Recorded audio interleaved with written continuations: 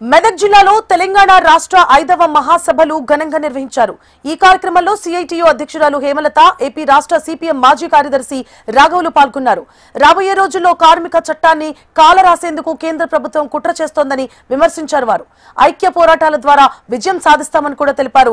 కేంద్రం 4 labour card బిల్లులను ప్రవేశపెట్టి అమలు కోసం రాష్ట్రాలపై ఒత్తిడి చేస్తోందని ఆరోపించారు. ఇక ప్రభుత్వ రంగాలలో పనిచేస్తున్న 1 కోటి మందిని కార్మికులుగా గుర్తించడం లేదని, కనీస వేతనాలు కూడా ఇవ్వడం లేదని, కార్మికుల ప్రయోజనాలు సంక్షేమ పథకాలను అమలు చేయాలని సుప్రీంకోర్టు ఆదేశించినా ఇంతవరకు ఎందుకు అమలు చేయడం లేదంటూ ప్రశ్నించారు.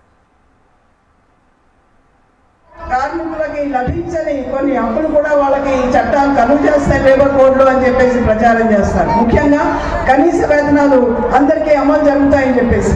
కానీ వాస్తవం ఏంటి? ఈరోజు ప్రభుత్వం అసలు కార్మికులుగానే గుర్తించని వాళ్ళు దాదాపు 1 కోటి మంది ఉన్నారు. ప్రభుత్వ రంగాల్లోనే పనిచేసే ప్రభుత్వ డిపార్ట్మెంట్స్లో మన అంగన్వాడీ వర్కర్స్ హెల్పర్స్ ఉన్నారు, దాదాపు 26 లక్షల మంది ఉన్నారు. అట్లాగే ఆశాలు 10 లక్షల మంది పైగా ఉన్నారు.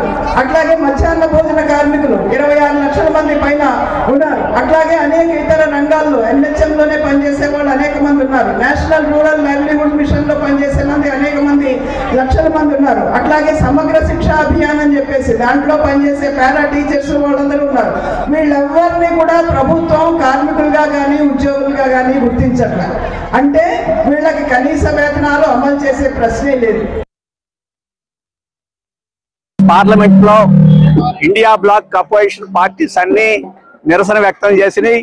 కాంగ్రెస్ అలాగే ఇతర ఇండియా బ్లాక్ పార్టీలన్నీ ఒక ఐకమత్యంతో పార్లమెంట్ లో బీజేపీ ప్రభుత్వాన్ని, మోడీ ప్రభుత్వాన్ని నిలవేసినాయి. వాటిని అమలు జరపకుండా ఉపసంహరించమని చెప్పేసి కూడా కోరినాయి.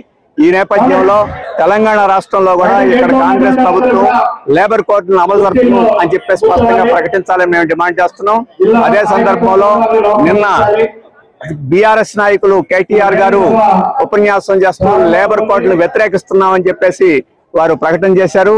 ఇదేదో పార్లమెంట్ లో కూడా చేయాలి, ఇక్కడ వరకు ప్రజల కోసం మీడియా కోసం చేస్తే సరిపోదు.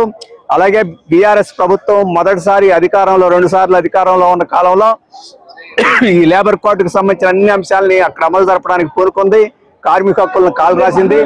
మరి ఇప్పుడు కేటీఆర్ చెప్పే మాటలకి విలువ ఏమిటని చెప్పేసి మేము అడుగుతున్నాం.